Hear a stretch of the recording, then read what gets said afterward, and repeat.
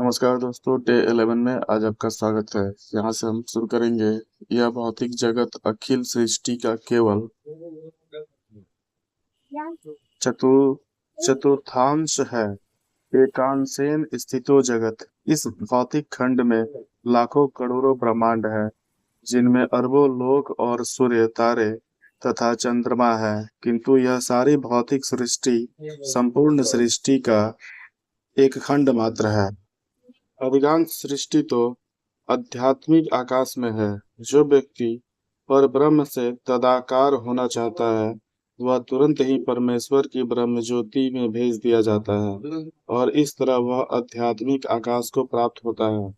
जो भक्त भगवान के सानिध्य का भोग करना चाहता है, वह वैकुंठ लोकों में प्रवेश करता है, जिनकी संख्या अनंत है, जहाँ पर परमेश्वर अपने पूर्ण अंशों चतुर्भुज नारायण के रूप में तथा प्रद्युम्न, अनिरुद्ध तथा गोविंद जैसे विभिन्न नामों से भक्तों के साथ साथ रहते हैं। अतएव जीवन के अंत में अध्यात्मवादी ब्रह्म ज्योति परमात्मा या भगवान कृष्ण श्री कृष्ण का चिंतन करते हैं।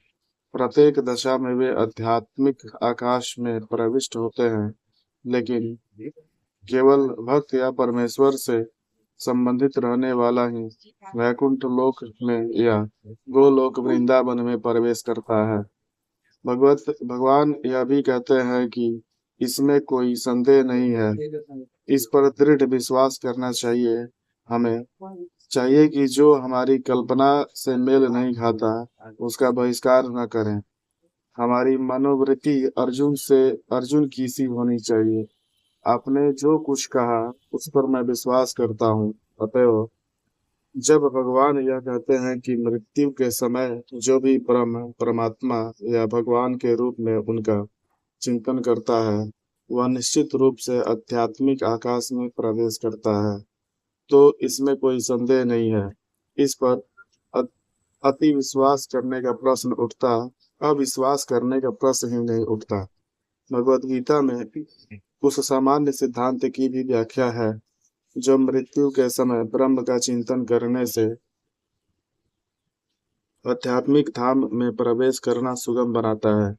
यम यम वापि स्मरन् भावम त्यजत्यन्ते कलेवरम तम तवे तमे वैति कौन्तेय सदा तद भाव भाविता। अपने इस शरीर को त्यागते समय मनुष्य जिस जिस भाव का स्मरण करता है, वह अगले जन्म में उस भाव को निश्चित रूप से प्राप्त होता है। अब सर्वप्रथम हमें यह समझना चाहिए कि भौतिक प्रकृति परमेश्वर की एक शक्ति का प्रदर्शन है। विष्णु पुराण में भगवान की समग्र शक्तियों का वर्णन हुआ है। विष्णु शक्ति परा प्रोक्ता क्षेत्र व्याख्या तथा परा अविद्या कर्म संज्ञान्या तृतीया शक्ति ऋष्यते। परमेश्वर की शक्तियां विविध तथा असंख्य हैं और वे हमारे बुद्धि के परे हैं, लेकिन बड़े बड़े विद्वान मुनियों या मुक्तिया मुक्ति मुक्तात्माओं ने इन शक्तियों का अध्ययन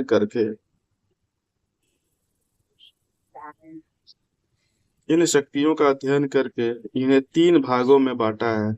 सारी शक्तियां विष्णु शक्ति है, अर्थात वे भगवान विष्णु की विभिन्न शक्तियां हैं।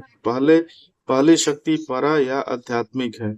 जीव भी परा शक्ति है, जैसे कि पहले कहा जा चुका है। अन्य शक्तियां या भौतिक शक्तियां तामसी हैं।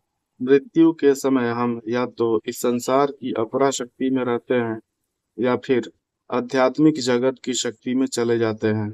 अतएव भगवत गीता में कहा गया है,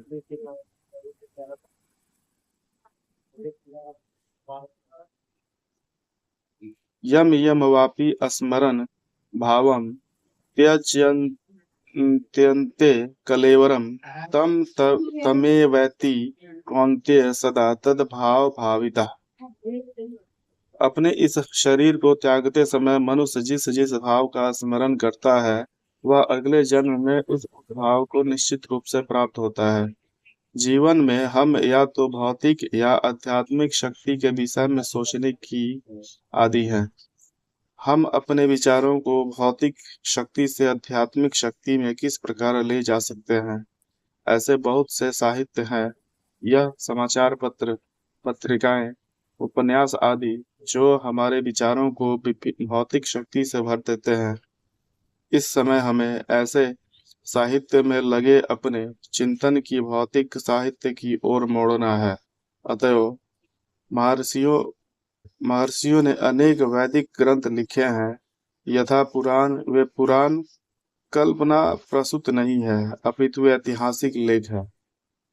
चैतन्य चरितामृत में निम्नलिखित कथन है, माया मुग्ध जीवेर नाही स्वतः कृष्ण ज्ञान, जीवेर कृपाए कैला कृष्ण वेद पुराण।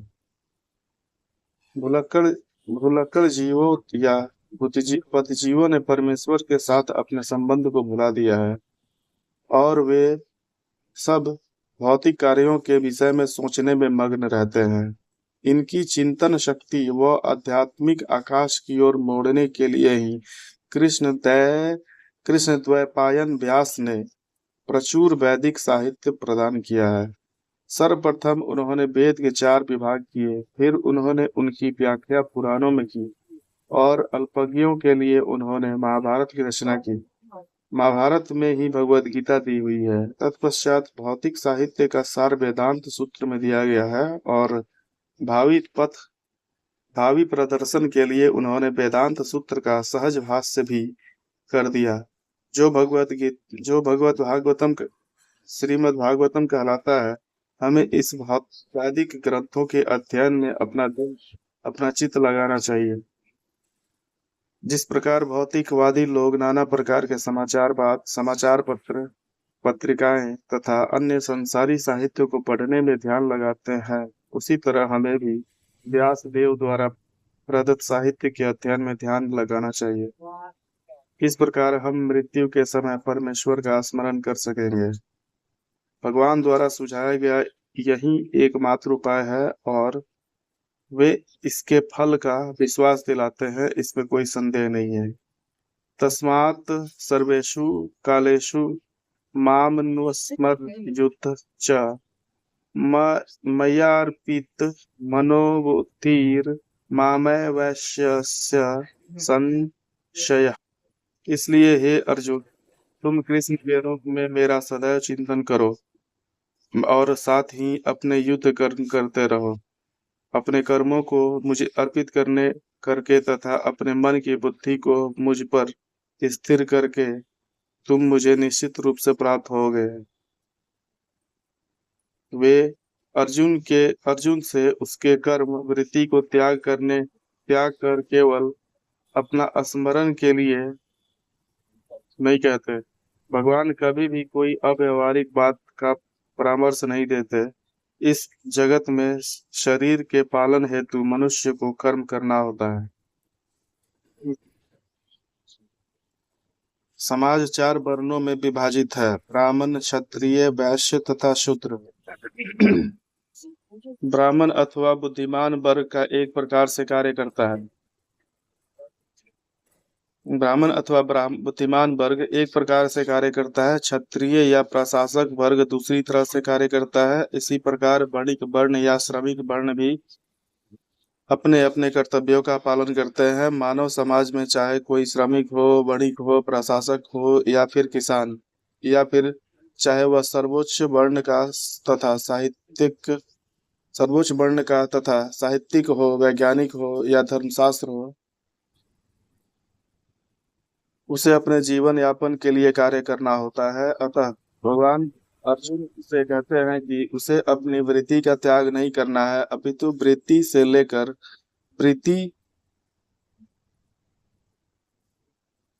अपितु वृत्ति में लगे रहकर कृष्ण का स्मरण करना चाहिए। मामानुसार यदि वह जीवन संघर्ष करते हुए कृष्ण का स्मरण करने का अभ्यास नहीं करता तो वह मृत्यु के समय कृष्ण का स्मरण नहीं कर सके। भगवान चैतन्य भी यही उपदेश देते हैं। उनका कथन है, कीर्तनीय सदा हरि, मनुष्य मनुष्य को चाहिए कि वह भगवान के नामों का सदैव उच्चारण करने का अभ्यास करे। भगवान का नाम तथा भगवान अभिन्न है। उसी प्रकार अर्जुन को भगवान की शिक्षा की मेरा स्मरण करो तथा चैतन्य का यह आदेश कि भगवान कृष्ण के नामों का निरंतर कीर्तन करो एक ही है, इनमें कोई अंतर नहीं है। क्योंकि कृष्ण तथा कृष्ण के नाम में कोई अंतर नहीं है। चार धाम में नाम तथा नामी में कोई अंतर नहीं है। चार धाम में नाम तथा नामी में कोई अंतर नहीं है।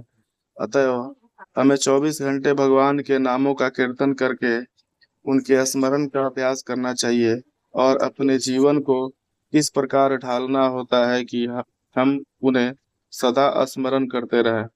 यह किस प्रकार संभव है? आचार्यों ने निम्नलिखित उदाहरण दिया है। यदि कोई विवाहित स्त्री पर पुरुष से आसक्त होती है या कोई पुरुष अपनी स्त्री को छोड़कर किसी पराई स्त्री में लिप्त होता है तो यह आसक्ति अत्यंत प्रबल होती है। ऐसी आसक्ति वाला अपने प्रेमी के विषय में निरंतर सोचता रहता है। जो स्त्री अपने प्रेमी के विषय में सोचती रहती है वह अपने घरेलू कार्य करते समय भी उसी से मिलने के विषय में सोचती रहती है। वास्तव में वह अपने गृह कार्य को इतनी अधिक सावधानी से करती है कि उसका पति उसकी आसक्ति के विषय में संदेह भी न कर सके। इसी प्रकार हमें परम परमेश्वर श्री कृष्ण को सदैव स्मरण करना चाहिए और साथ ही अपने कर्तव्य को सुचारू रूप से करते रहना चाहिए। इसके लिए प्रेम की प्रगाढ़ भावना चाहिए।